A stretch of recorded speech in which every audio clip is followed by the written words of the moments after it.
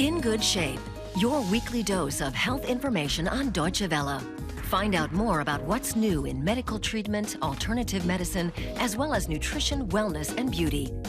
Medical professionals, therapists, and counselors are in our studio to offer their expert advice on In Good Shape.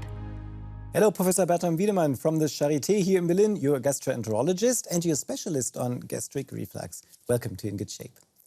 When patients come into my surgery and they have some cough, they don't usually think that the stomach could be the reason for that. So is it a frequent disease?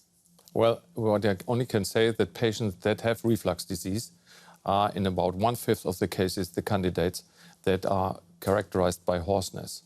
And usually the ENT experts will see that by so-called white vocal cords, and that should put an alarm sign on to really think about reflux also in the context of hoarseness and other causes, of course. So the patient go first to the ENT doctors and they refer them to the gastroenterologist. Right. But the more common symptom of gastric reflux is pain, isn't it?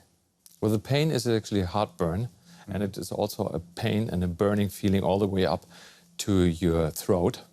And that, of course, once you have extensive reflux of acid all the way even down to your lungs, then, of course, you get the hoarseness, you get the coughing.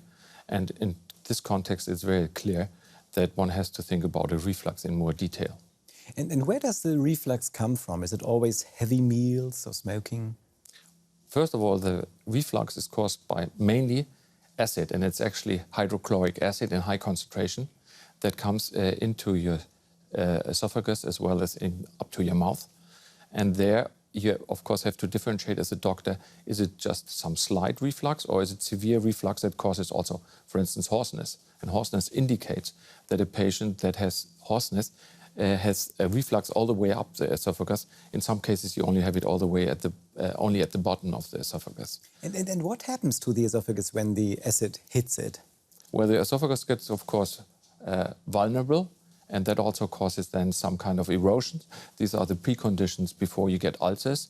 And once you have that for a long time, these patients are the candidates that develop also a so-called Barrett's esophagus, which is, if it's very extensive, a precondition for cancer.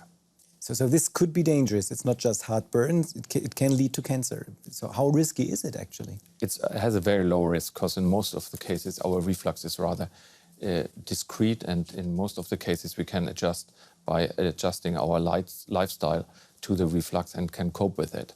But the patients that really suffer from it during the night and wake up from it, these are the patients we have to take care very specifically, not only by gastroenterologists, but also, as we just learned, pulmonologists and ear, nose and throat experts should be aware of this kind of specific condition.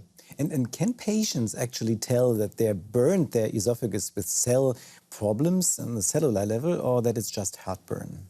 Well, the patients usually feel this heartburn, and what we also have to keep in mind that only half of the patients have changes you see with an endoscope. When you scope the patients, they have quite often, in 50% of the cases, a normal inner lining of the esophagus, and only the other 50% have those kind of changes in the mucosa.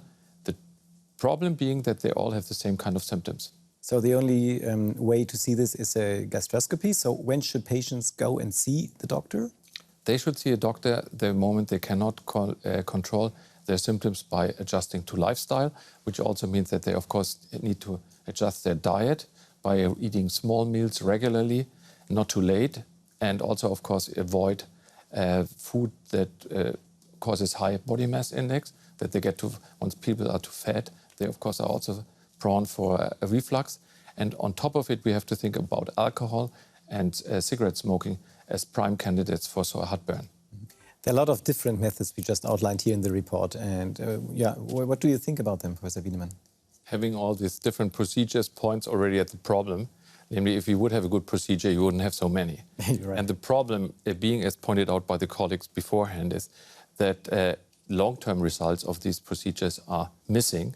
And the results we have over the last 4 or 5 years of these procedures point at complications that are, of course, not discovered once you start a new procedure. So the standard still represents the surgical one, which you do by mini-surgery or laparoscopy.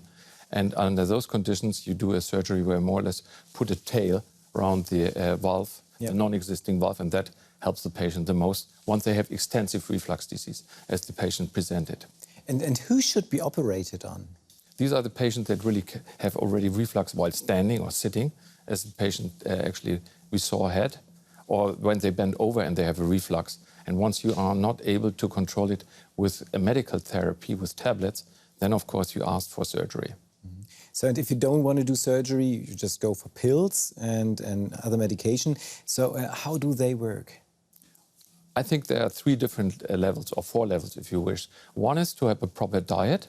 Okay. The second one, and that of course includes also proper lifestyle, like excluding stress if possible, and having proper diet, as I just pointed out.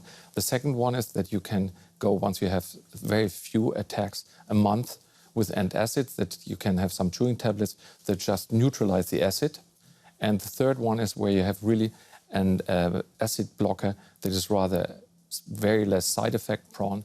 And these are drugs that are called so-called H2 antagonists. And these are drugs that control the symptoms in most of the cases. And once you cannot control it with under those conditions, you go to the most and strongest drugs also used, and those are proton pump antagonists. And these are the ones we saw in the first clip by the lady that took a tablet every morning. But do those tablets heal the acid reflux, or do they just lower the symptoms? Well, I think they do 2 things. They're not causative, or they do not treat the cause, but what they do is they induce a healing of the mucosa. And once you try to avoid any kind of irritants, that may stabilize the condition.